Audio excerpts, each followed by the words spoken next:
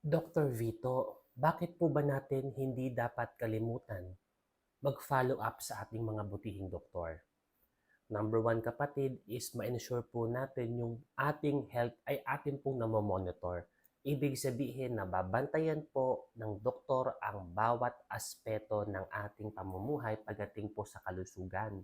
Kung tayo po ba ay gumagaling or kung lumalala po ba ang ating kalagayan. So napaka-importante po nun. Number two, kapatid, is aming madetect yung mga potential issues sa inyong kalusugan. Ibig sabihin kung kakailanganin po ba sa hinaharap magkaroon ng intervention o may dapat po kaming gawin nang sa ganon maiwasan po namin ang paparating po na trahedya sa ating kalusugan. So number one po yan. Kaya po yan malaman ng doktor, at least magkaroon kami ng idea kung paano po ito lulutasin sa hinaharap. Okay? Number three is makapag-adjust po tayo ng treatment plan. For example po, yung inyo pong gamot sa hypertension ay kailangan po naming dagdagan or kailangan taasan ng dosage or kaya naman po kailangan po naming babaan na.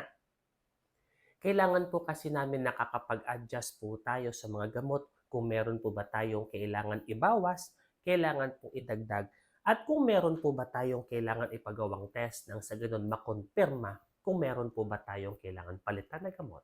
Okay? Number 4 kapatid is kailangan po namin ma-ensure na maganda ang outcome ng isang pasyente. Ang ibig sabihin po, ang aming target po ay kailangan po maganda ang magiging resulta, kapaki-pakinabang po sa ating mga pasyente ang magiging sanhipot outcome ng ating paggagamutan ng ating pag-aalaga sa ating mga minamahal na pasyente. Tapos kapatid, number 5, napaka-importante maging efficient po ang ginagastos ng ating mga butihing pasyente.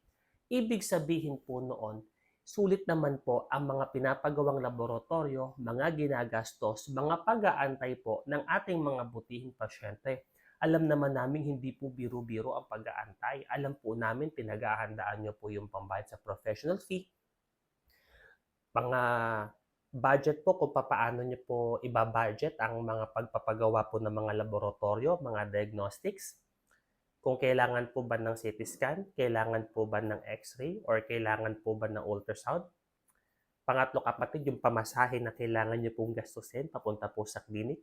Mga budget po sa pagkain, alam naman namin na meron pa po kayong mga bantay na kailangan po ninyong isama pa. Alam naman namin po kasi minsan kapag sobrang may sakit ng pasyente, maraming nararamdaman, nakakalimot po ito sa mga sinasabi ng mga doktor sa kanya. Kaya napaka-importante po na pinaghahandaan po natin ang mga bawat steps. At ito po si Dr. Vito, ang inyong Mindoreñong manggagamot.